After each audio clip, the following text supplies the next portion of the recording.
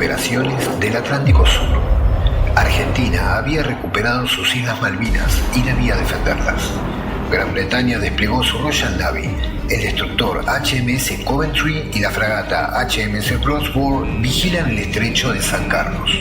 Los Skyhawks aceleran y atacan. Son recibidos con un muro de fuego antiaéreo. Los pilotos zigzaguean evadiendo las defensas inglesas. Metros antes del objetivo, lanzan sus bombas de 500 libras. El Bradworth recibe impactos que dañan sus sistemas. El segundo navío no tiene la misma suerte.